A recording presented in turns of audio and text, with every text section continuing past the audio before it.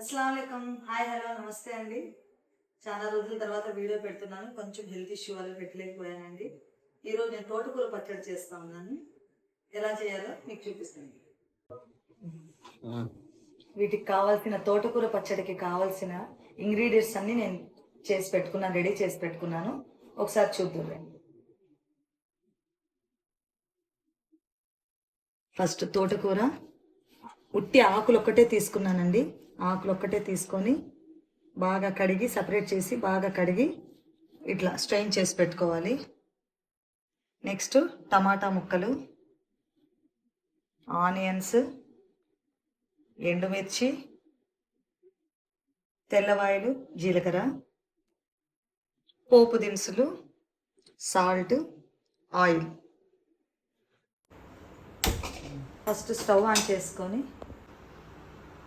కడాయి heat అయిన తర్వాత ఎండుమిర్చి అండి డ్రై రోస్ట్ చేసుకోవాలి.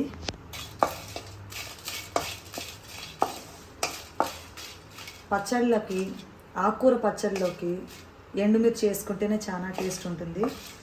మంచి రుచి కమ్మగా ఉంటుంది అన్నమాట. అందులో ఉన్న గింజలు పంట కింద తగులుతూ ఉంటే మంచి టేస్ట్ వస్తుంది. సో నేను ఎండుమిర్చి ఎక్కువ ప్రిఫర్ చేస్తాను పచ్చడికి. బాగా రోస్ట్ అయిపోయాయి కదండి.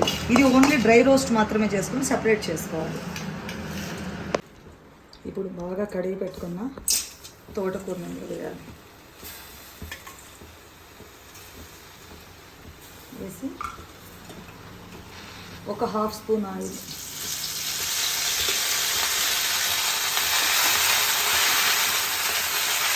బాగా మగ్గనివ్వాలండి. మొత్తం దగ్గర పడేంత వరకు, పచ్చి వాసన పోయి మొత్తం దగ్గర పడేంత వరకు బాగా మగ్గనివ్వాలి.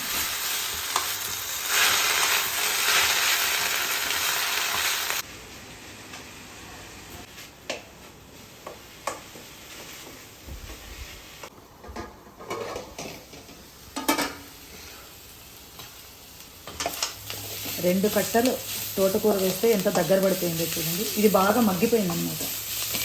ఆయిల్ వేస్తాం కాబట్టి మధ్య మధ్యలో కలుపుకుంటూ ఇలా చేస్తే కింద అడుగంటకుండా ఉంటుంది. సో తోటకూర మొత్తం బాగా మగ్గిపోయింది అన్నమాట. పచ్చివాసన అనేది వెళ్ళిపోయింది. ఇప్పుడు దీన్ని ఒక ప్లేట్లో తీసుకున్నాము.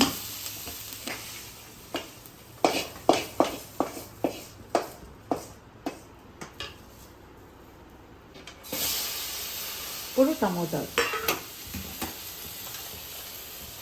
టమోటాలు వేసాం కాబట్టి కొంచెం సాల్ట్, త్వరగా మెత్తబడుతుంది. నెక్స్ట్ వచ్చి కొంచెం ఆయిల్. నేను చింతపండు స్కిప్ చేస్తున్నానండి. నాకు చింతపండు అంటే ఎక్కువ ఇష్టం ఉండదు.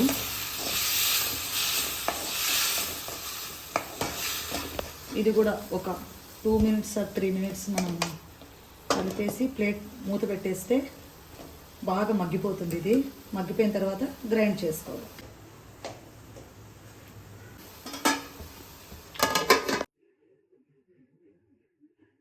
ఈరోజు ఒక చిన్న టిప్ అనమాట. ఓన్లీ మదర్స్కి మాత్రమే ఇది.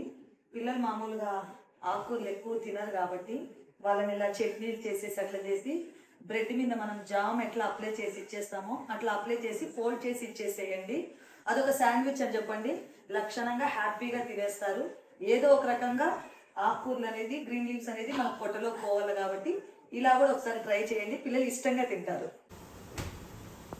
టమోటాలు మగ్గిపోయినాయండి. ఒకసారి చూద్దాము. చూసారా, బాగా మగ్గిపోయింది. ఇంకా స్టవ్ ఆఫ్ చేసి దీన్ని పూర్తిగా చల్లారనిద్దాం. ఓకే, ఇప్పుడు ఒక మిక్సీ జార్ తీసుకొని ఎండుమిర్చి, తెల్లవాయలు, జీలకర్ర, తెల్లవాయలు ఎక్కువ వేసుకుంటున్నాను నేను. తెల్లవాయలు, జీలకర్ర వేసి ఒకసారి గ్రైండ్ చేసి పెట్టుకోవాలి. చూడండి అయిపోయింది. ఇప్పుడు మనం ఫ్రై చేసి పెట్టుకున్న తోటకూర, నెక్స్ట్ టమోటా,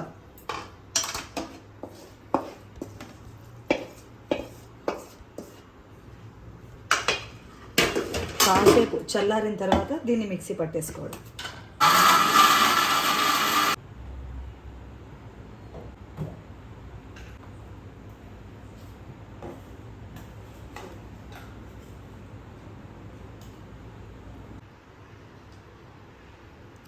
ఎక్సలెంట్ అండి. పోపు పెడితే నెక్స్ట్ లెవెల్ పచ్చడి.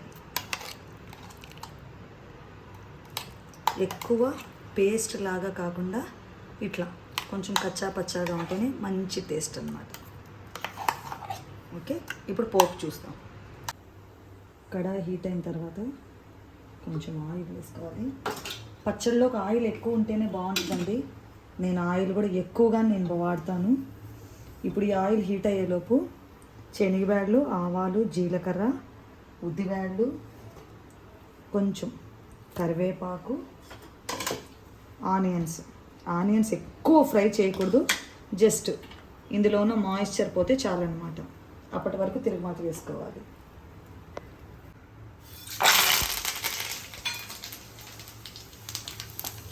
కొంచెం చిటపటలాడిన తర్వాత ఆవాలు, ఎక్కువ గోల్డెన్ బ్రౌన్ కూడా రావాల్సిన అవసరం లేదు. జస్ట్ అది జీలకర్ర, ఆవాలు కొంచెం చిటపటలాడితే చాలు. ఎందుకంటే ఆనియన్స్ వేస్తున్నాం కాబట్టి సరిపోతుంది. ఇప్పుడు ఆనియన్స్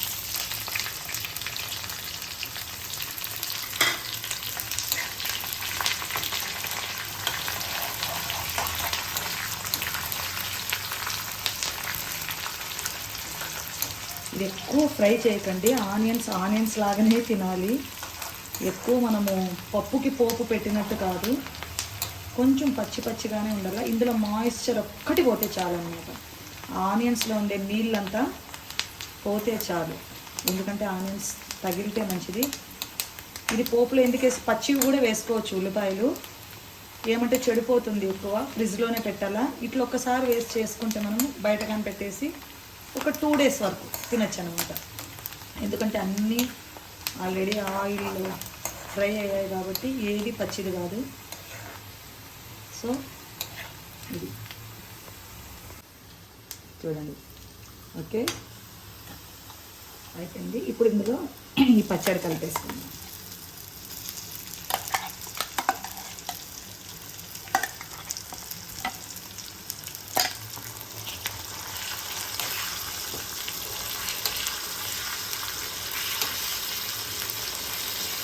ఎండుమిర్చి కూడా వేసుకోవచ్చండి పోపులో. నేను ఆల్రెడీ పచ్చడికి ఎండుమిర్చి వాడాను కాబట్టి పోపులో వేయలేదన్నమాట. ఎంత కలర్ఫుల్గా ఉందో కదా. టేస్ట్ కూడా అంతే సూపర్గా ఉంటుంది.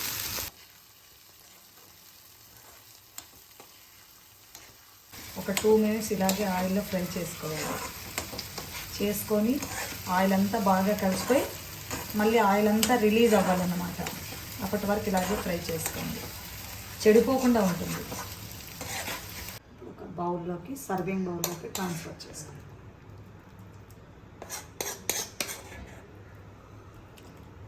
ఎంత నూనె వేసానండి, అస్సలు కనిపించట్లేదు. చూసారా తోటకూర పచ్చడి. ఇప్పుడు ఈ పచ్చడిలోకి బాగా పొరలుగా వచ్చే చపాతీ చేసుకుందాము. వచ్చేయండి చూద్దాం.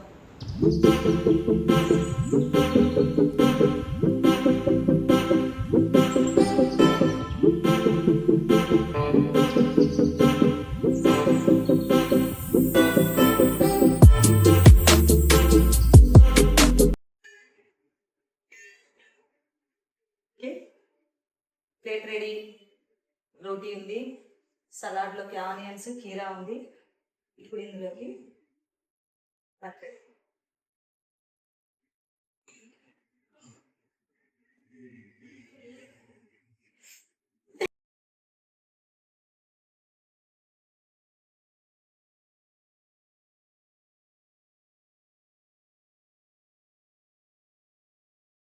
సూపర్.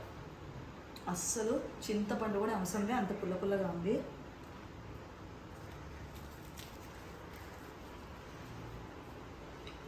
Excellent taste. ఒకసారి మీరు కానీ ట్రై చేయండి, సూపర్ టేస్ట్. ఓకే అండి, చూసారు కదా తోటకూర పచ్చడి. ఇందులో ఆనియన్స్, కీరకాయ, చపాతీ, రైస్లో కానీ సూపర్ టేస్ట్ ఉంటుంది. మీరు ఒకసారి ట్రై చేయండి. నేను తింటూనే ఉంటాను. మీరు ఒకసారి ఈ రెసిపీ మాత్రం ఖచ్చితంగా ట్రై చేయండి. కామెంట్స్లో ఈ రెసిపీ ఎలా ఉందో నాకు ఒకసారి చెప్పండి. Okay, bye, good night.